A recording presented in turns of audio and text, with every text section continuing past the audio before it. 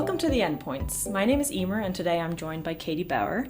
Katie is a wonderful supporter of our work here at ALS TDI, having lost her husband Charles Bauer to ALS in 2016. Katie frequently visits the lab to bring us lunch or throws us ice cream parties, and she is very involved in a lot of our fundraising events like the White Coat Affair, and she rides in the Tri-State Trek for the past 3 years. Mm-hmm. Is that right? This will be my third. Okay. And Katie is originally from Texas and very recently, as in 3 days ago, I think, moved to Maine with her daughter Grace. She has recently written a book called Finding My Reflections, so we're going to talk a bit about all of that today. So starting with Charlie, Katie, do you mind telling us a bit about how you met and fell in love? Well, we were so young and stupid. No, we were both in the U.S. Navy, and we met when we were stationed at NAS Miramar in San Diego, California.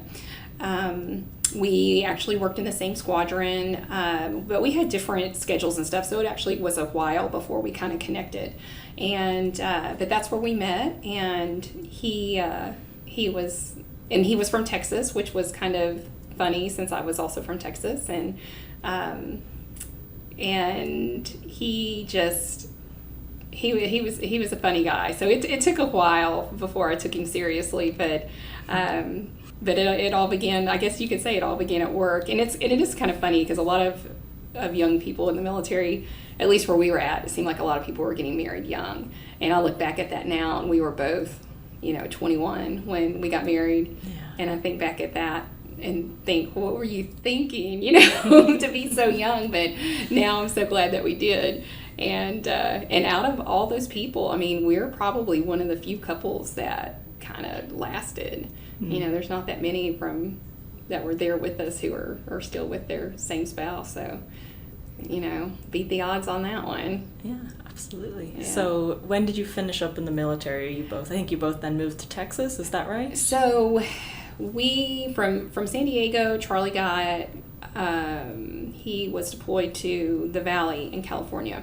He got stationed at NAS Miramar, or not Miramar, Lemoore, which is just out in the middle of nowhere, like in California. Like, you always think in the Navy, you think, well, wherever you're going to be by water.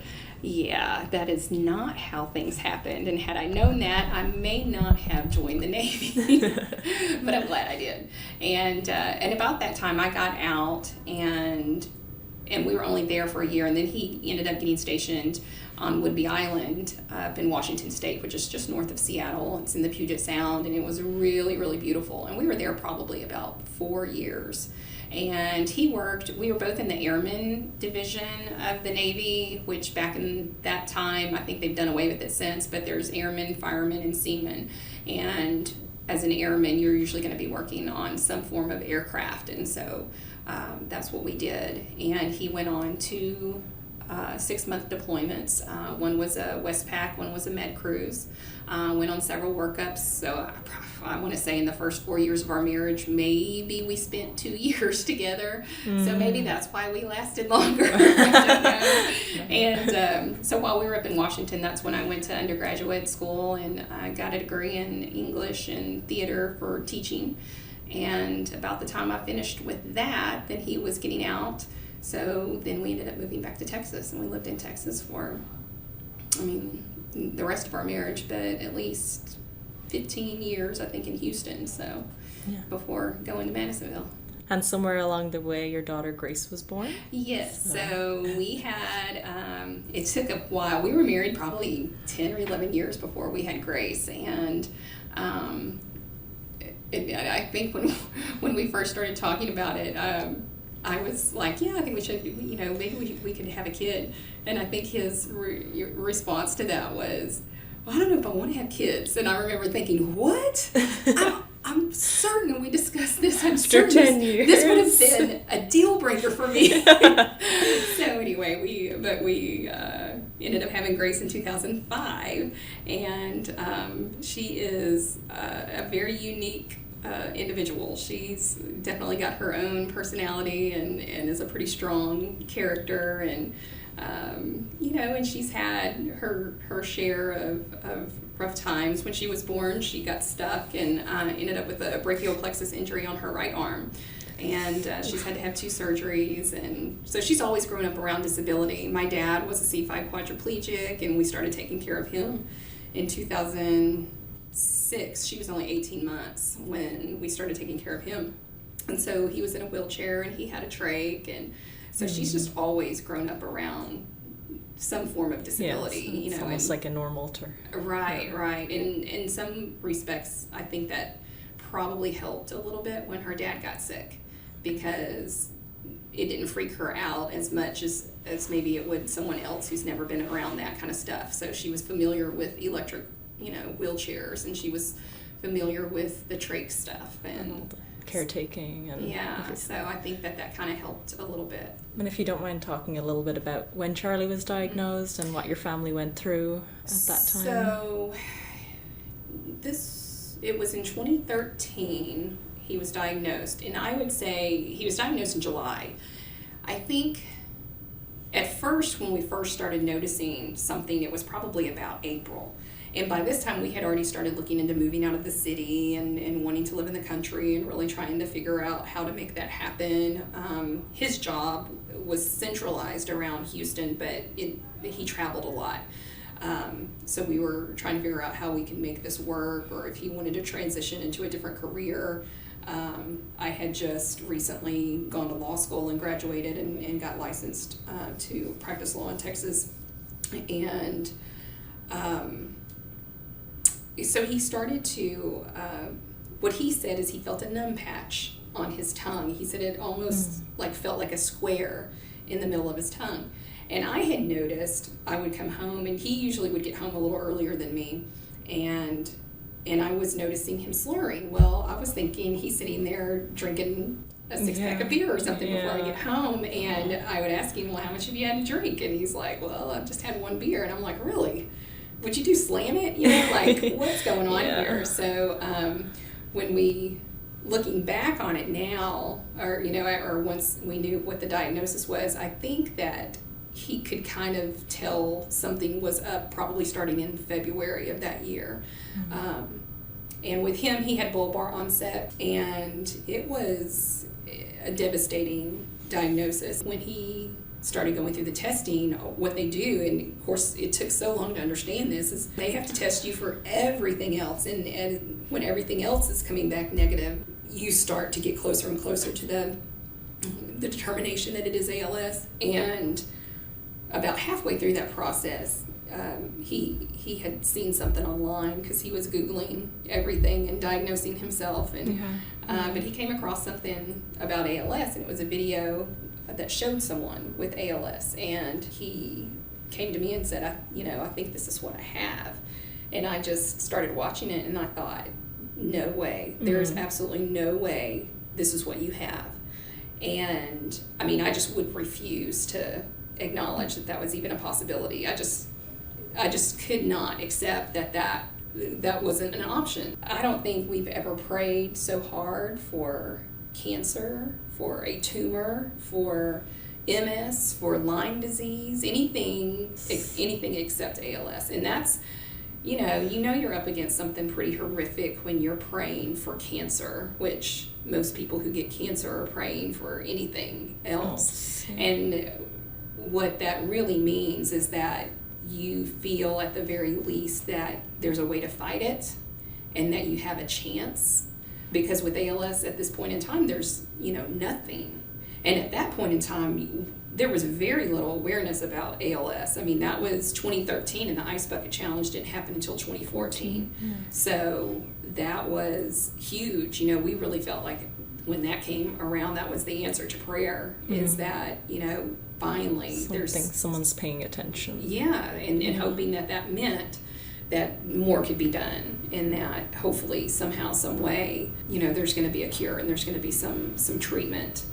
After going through everything that you know ALS to be now, that you've lived through it, what is something that you would want people who might not know a lot about ALS to know about? There's so much I could say to this. I think in the beginning, I think for those who might end up going through something like this, the first thing is that there's going to be a lot of fear. and there's going to be probably a sense of grief. Like when he got that diagnosis, when that first doctor said, you have ALS, it feels like they die right then and there. Like they're sitting there in front of you, but it feels like you have just suffered through a death. And it is because it is terminal. There is no coming back from this. And then, and it's an awful feeling because you don't know how long they have, and you don't want all that last bit of time to be spent depressed and sad. Yeah. But you can't, there's no way to change how you feel. And I mean, I think I prayed daily for 3 months straight that somehow, some way, if we don't have much time, please don't let this be the last way I feel. And it took about 3 months, and then we finally kind of came out of that and started to embrace what life was left to us and whatever that may end up looking like.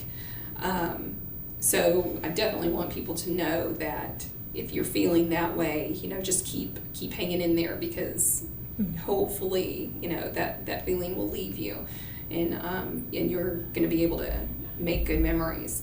I can remember that summer we went to Galveston as a family, and his mom had rented a beach house, and everybody was there, his sister, his brother, nephews, and his mom and stepdad and everything. And we were just a few blocks from the beach. Well, he and Grace had gone to go look for seashells or something, or play at the beach. And he was still walking fine. He had a little bit of weakness in his left leg. A lot of the language part was gone for him because he started, especially during diagnosis, it was like it sped up the process of him losing his ability to speak clearly. And so I had gone back to the house already, and I was sitting outside on a porch swing and waiting for him to come back, and it was starting to get dark. And I saw some flashlights, and then they turned down a particular road, and then it got dark, and they still weren't back. And I started to freak out in my mind because I'm thinking, having, again, no idea what to expect, and I'm thinking, did he collapse on the beach? And here's our daughter, she was 8 when he was diagnosed. And I mean, it was scary. So, I mean, we all started to go search and look. Frantic. It was frightening. And I ended up finding them, and what had happened was they were those lights I had seen, and they just turned one street too soon and ended up getting lost. Okay. But the thing is by the time I found them, I mean, they were exhausted, and he tired very easily, pretty much upon diagnosis and stuff. So it was, but that feeling of just not knowing, how things progress. So then kind of once we figured out, okay, it's not likely going to be something sudden. It's likely going to be where it is this gradual loss of all physical function before, somehow, however it will happen. And it's different for everybody, it doesn't end the same for everybody. Yeah. And that gradual loss is something that a lot of people sort of describe ALS as. You're just always learning to deal with a new loss each day. Right. It's a series of losses. So the grief process never ends because you kind of plateau and you get used to it, and then something new pops up. And then it's like going through, again, you're going through that grief process constantly and continually. Which is, it's hard. It's emotionally very, very difficult to deal with. Yeah, and you have to deal with that along with being his primary caregiver as well as a mom to your child. Well, I was very fortunate, I guess is the only word you could describe it, because I know a lot of people really have struggles when it comes to caregiving and the resources that are available to them. But because we were military, Charlie was considered a 100% service-connected disability. So, and the benefits are very, very good for servicemen. And so that allowed me to be able to stay at home and take care of him. And I knew, especially after having cared for my dad, and my dad was in a wheelchair for 38 years, and he spent most of those at home. He had to spend the last 5 in a nursing home, and it's hard. But having no way to communicate, like I knew, like there was no way I could put him in a facility, and I would need to stay home with him, and I wanted to stay home with him, and I wanted him to be there for Grace. and with us. And it's great to still be parents together because, you know, he used his computer to talk and stuff like that. So he still had an active role in helping, you know, make decisions and spending quality time with her and talking to her and wanting to know what was going on with her. And she just liked being in his presence as well. You know, she would just come in there and lay on the bed next to him or watch TV with him and things like that. And even though, like, I had to do all the heavy lifting, so to speak, when it came to being a parent, it was still, like, in the back of my mind, like, I mean, I knew he was still there if I had a question or if I needed to vent about how nasty her room was or something and how, you know, she was doing in school or some issue that she was having. You know, he was always there to talk to. And then once you don't have that, you know, it's a very different kind of feeling to know that it's just you. And but the day-to-day parenting aspect of being a caregiver and then having a small child at home, and I felt, you know, it was just one of those things I felt so bad about. But she had to really grow up and become more independent much quicker than kids should have to, because literally I did not have 10 minutes to myself. I was constantly doing something, getting something ready, cleaning something up, or, you know, so there was very little time to coddle my child or be, you know, truly present with her. So she had to learn how to fend for herself and to cook food and do things like that. And I don't know how many times she would come down the hallway to say, "Mom, can you?" And I would be in the middle of a tray change, cleaning, you know, thing, and you know, or I would have to say, "Nope, not right now." And it just finally, it gets to the point where she would come down and say, "Mom, can you?" "Never mind," and turn around. And, you know, it just breaks your heart because you can't, you know, you just can't be there for them like you think or thought you would. So, you know, it's tough. And sadly, we lost Charlie in 2016. Yes. So he, and it was just, you know, I think I'd gotten to a place where I was thinking we were plateauing, like we're finally getting the hang of how everything was working, and he had to go get his trach changed. I don't think he had it ever changed, and we were really scared about that because we did have to go into the hospital to have that done. So we kind of got kicked off hospice to get that done, and then we came back, and it went well. Like, they did a great job and everything like that, but then he ended up getting some type of bug, and he had, the entire time, anytime he had an infection, he had proven to be very resistant to antibiotics. And so this time, usually they would kick in after a few days and he would start to kind of become himself.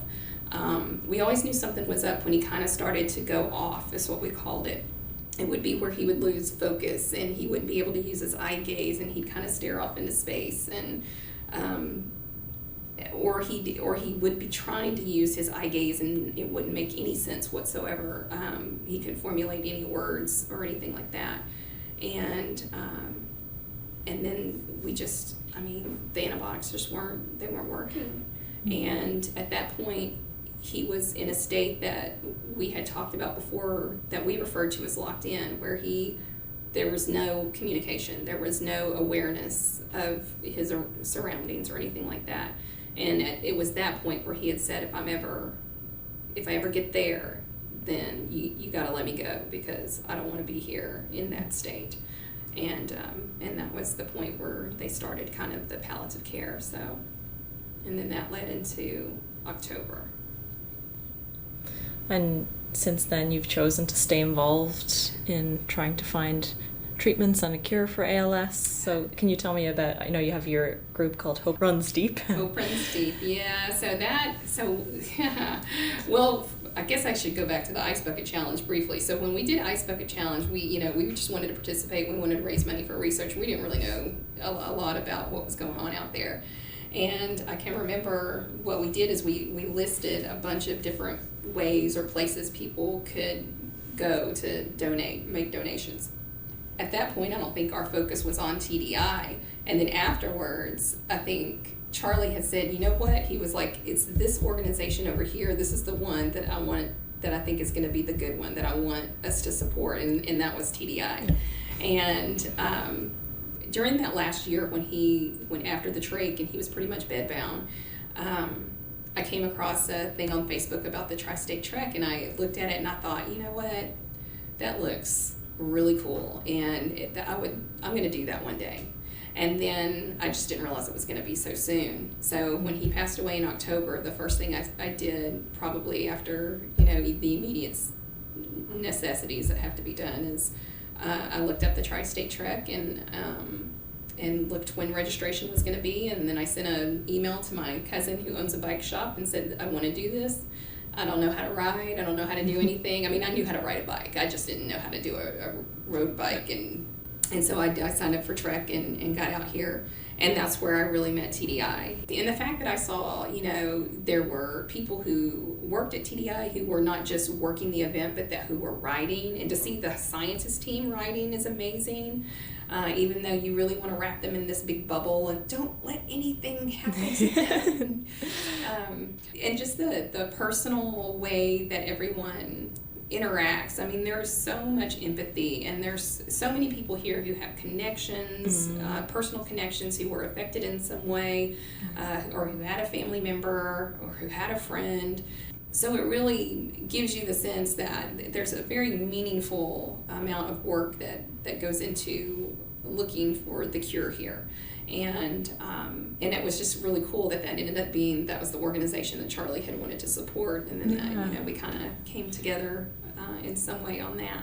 So riding your bike was one way that you channeled your grief, and you also have started, or you have completed, I think, writing a book, Finding My Reflections. So how was that process? Okay, so that process was kind of funny how it started too, because I went through a little grief share program with my local church, and I kind of felt almost like I was obligated to go through that, because at the same time I was kind of feeling like I don't really feel like sharing my grief. And there's a little notebook that you get, and there's these videos that you watch, and at the end of every little chapter of the little grief workbook, it's like, write a letter to this, or write in your journal about that. And I'm like, I'm not writing in no stinking journal, I feel like I hate writing, in journals and stuff. And I love it, but I hate it. I have all these empty journals at home, and people continue to give me journals now, which is kind of funny too. But somewhere, either near the end or shortly after, I don't know, I started to put stuff on Facebook. I would make a post. Well, a lot of my posts were somewhat lengthy. But one of the things that I was doing when I was writing these posts is I was kind of analyzing a lot of the stuff that I went through, and they started becoming more and more frequent, and a lot of people were responding to them. And I remember complaining to, it might have been my best friend, about the journaling aspect of the grief share thing, and I was like, man, I can't journal. And she's like, well, you kind of do, you just do it on Facebook. And then I started thinking about it, and I was like, oh man, I think she's right. I think that really is what I'm doing. And so anyway, so Finding My Reflection basically is a compilation of a lot of stuff that I've put out there on Facebook, but it's that same kind of tone. It's a lot about being a caregiver, but it's a lot of life lessons too. It's about learning things that you wish you had known before, and now it's too late to implement them. But it's also so much about, it wasn't about just writing about losing Charlie, but it was figuring out that I had lost a sense of myself. And as I was writing, it was showing me more and more about that I was looking for myself, that I was trying to find a way back to me, knowing that I would never be the old me again, and trying to figure out what this new me was going to be like and look like. So that's what that book is going to be about. And a lot of the writing that I would do, when I ride my bike, I'm thinking about that's usually where I would come home and be like, you know what, I was thinking about this on my ride, and then I'd start writing about that, about whatever it was that I was thinking about. And so that's kind of how that book came about. So I can't wait to read it, and be sure to follow our Facebook page at ALS TDI to make sure you catch when we're going to be promoting that book? Do you have any idea of when it might? I'm hoping by the end of the summer. All right, well, we'll leave it there. Thank you so much, Katie, for joining today. If anyone has any comments or feedback for the Endpoints podcast, you can email us at endpoints@als.net. But for now, thank you for listening.